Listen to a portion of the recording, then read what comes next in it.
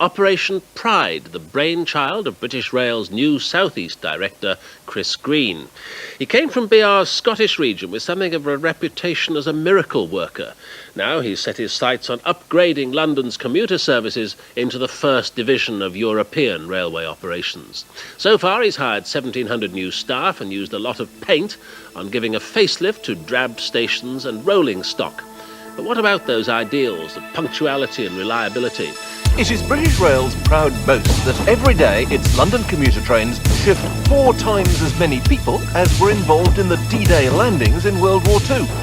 But all too often, say the commuters, their journeys feel like the D-Day landings as well. Late trains, cancelled trains, dirty stations and incomprehensible apologies have generated considerable anger. And finally, this year, BR decided to do something about it. They've amalgamated all the different regions serving the capital into one entity, called it NetworkSynthwavE, and put it into the hands of a man who believes he can transform it. We wanted the name to be meaningful, and network means something, and South East relates it to the South, but the object is to make money.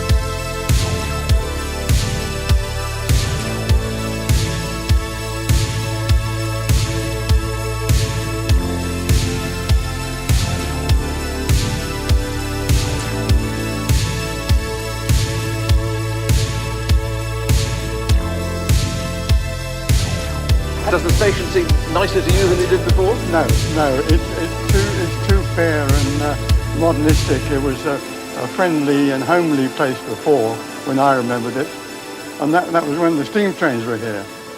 Platform seating. This is one of our corporate identity, the new network seats. I spend about £860 million a year, and the passengers give me about 650. At the moment, I'm suggesting that all they're seeing is a bit of fresh paint here and there. Well, it's colourful, I suppose. Makes it change, doesn't it? Tidies it up a bit. Other than that, isn't it? All she can say about it, is it? There's a new colour scheme for the trains as well, and indeed new trains. But according to the rail unions, the right balance between new trains and new paint hasn't as yet been struck.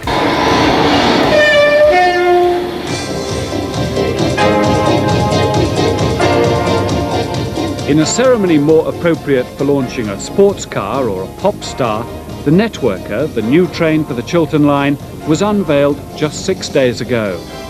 British Rail says it'll make journeys faster and more comfortable. Nearly 90 of them will go into service later this year at a cost of £46 million. But it'll be the mid or late 90s before London's biggest rail project, the Crossrail, becomes reality. A £1.5 billion link between Paddington and Liverpool Street. A £300 million scheme will improve the North-South Thameslink service. The new Stansted Express opens next month, and in the pipeline is a new Paddington to Heathrow link. Network SouthEast aims to modernise 12 of its existing 16 routes by 1993. This one, the Northampton line, now has new trains and, it seems, new public support. According to BR, 90% of the passengers say they're satisfied. On the Chiltern line from Aylesbury into Marylebone, the carriages date from the late 50s and have done the equivalent of 4 return trips to the moon. The drivers have to nurse the old rolling stock along track that in places doesn't even belong to Network SouthEast. It's the property of London Underground and often subject to speed limits. For the passengers, another morning of discomfort. It's not regular enough to provide a good service so that people can actually travel in a reasonable amount of comfort. I mean, we're on rickety trains, the promise of new trains is there, but whether or not it happens is something, that we're all a bit worried about. British Rail's image and reputation has been badly dented by this month's blizzards and freezing weather. Network SouthEast has been especially hard hit.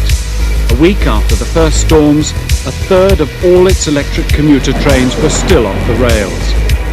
Most other European railway networks maintain a near-normal service.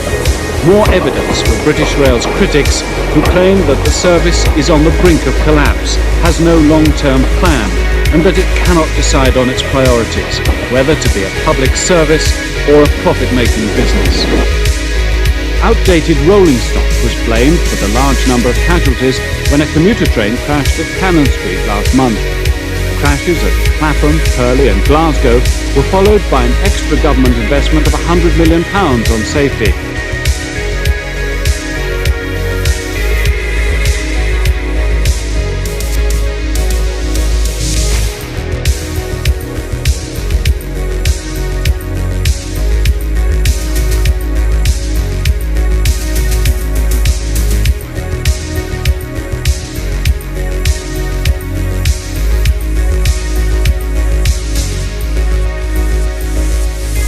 "7:20 a.m. at Bletchley Station. Andy Rhodes and his guard, two of Network SouthEast's 41,000 employees, begin their day. By the end of it, 500,000 passengers, many of whom are deeply dissatisfied with the service, will have travelled on their line.